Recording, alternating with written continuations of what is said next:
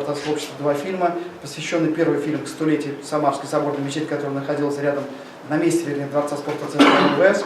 И второй фильм посвящен открытию и работе фонда «Булгарское наследие» и мечети «Булгарское наследие», которая открылась этим летом в поселке Зубчининка. Вот эти фильмы у нас есть, они в хорошем качестве, мы готовы их вам предоставить, чтобы вы могли транслировать в эти праздничные дни для наших земляков, для жителей Самарской области. Потому что я думаю, что эти события, эти мероприятия, эти люди, которые показываются в этом фильме, будут интересны не только татарам, не только мусульманам, но и всем жителям Самарской области. Милости просим. И, конечно, хотим обратить внимание, что с прошлого года, по-моему, или даже с 11-го у Духовного управления мусульман работает сайт islamsamara.ru, поэтому, конечно, самые свежие новости, самые свежие инициативы, самые свежие мероприятия, которые намечаются и будут организованы Духовным управлением мусульман Самарской области на территории Самарской области, и не только Самарской, потому что есть информация и по деятельности Центрального Духовного управления мусульман, вы сможете найти на этом сайте. Повторяю, islamsamara.ru.